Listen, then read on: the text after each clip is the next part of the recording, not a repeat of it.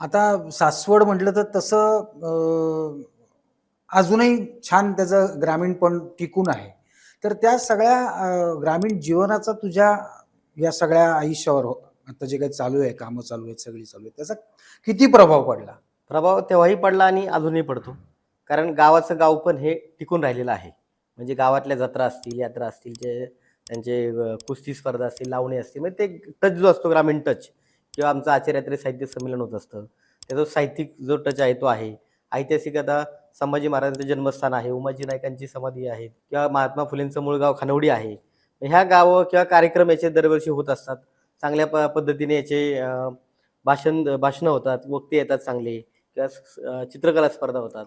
मग हे जे गावपण आहे ते टिकून राहतंय आणि हे काम करायला मला माझ्या कामामध्ये म्हणजे आता चित्रकलेचं जरी काम करत होतो किंवा पेंटिंग करत होतो, तरी मला ते याचं मेमरी ड्रॉइंग करणं असेल किंवा तुमचं हे असेल डायरेक्ट प्रत्यक्ष जाऊन आम्ही तिकडे पेंटिंग करत असतो जागेवरती, तरी छान वाटत होतं. आणि आता जे कला दिग्दर्शन करताना किंवा एक इतर सिनेमे मोठे सासवडला आणताना त्या फ्रेम्स ह्या खूप छान मिळतात किंवा ते लोकेशन चांगले आवडतात लोकांना आणि त्याचा फायदा हा म्हणजे आपण आपल्या आयुष्यात करून घेता आला पाहिजे प्रत्येकाला, म्हणजे कलाकाराला किंवा फोटोग्राफरला, चित्रकाराला. तसं मी कला दिग्दर्शक म्हणून त्या सगळ्या गोष्टींचा समावेश माझ्या कामात करून घेतो. आणि बरोबर गावातल्या लोकांचाही त्या हिशोबाने कुठेतरी रोजगार हो, नक्की, उपलब्ध नक्की. होतो. म्हणजे रोजगारही मिळतो चांगला, गावालाही प्रसिद्धी मिळते.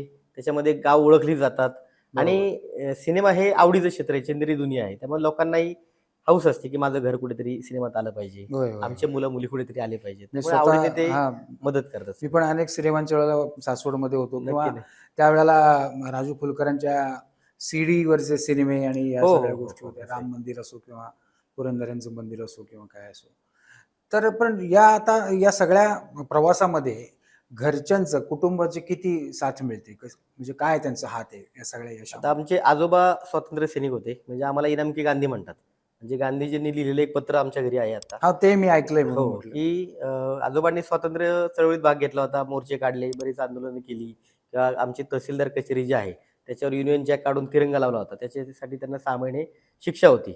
मग त्या काळात मग त्यांनाही ते गांधींचं पत्र आलं, मान-सन्मान झाला. मग त्यानंतर मग आई, वडील किंवा चुलते आमची शेती करत होते. शेतीप्रधान म्हणजे शेती भरपूर आहे आम्हाला. चांगला बागा होत्या चिकूच्या, पेरूच्या सगळ्या. आणि नंतर लहानपणापासून मग आम्ही शेतामध्ये काम करत होतो. मग हे करताना मग चित्रकलेची आवड, वर्गात पण चांगले मार्क्स मिळायचे. मग त्याच्यातून मग आई-वडील आपले साधे शेतकरी आहेत. तर त्यांनाही बाबा ठीक आहे आपली मुलं चांगलं काम करतायत, मुलगा चांगलं काम करतोय. मला चित्रकलेची आवड, मी त्यात जातोय. शूटिंगमध्ये आता आलेलो आहे. मला हे पुढे काम बरोबर. करायचंय. त्यांचाही तो सपोर्ट मला पहिल्यापासून मिळत गेला, की त्यांनी असं कधी म्हटलं नाही, की फिल्म इंडस्ट्री म्हणजे नेमकं काय आहे? यात काय होईल का? पुढे करिअर आहे का नाही? किंवा आपलं हे काम नाही, असं त्यांनी कधी काही म्हटलं नाही. बऱ्याच अडचणी आल्या तरी त्यांनी मला सांभाळून नेलेलं आहे.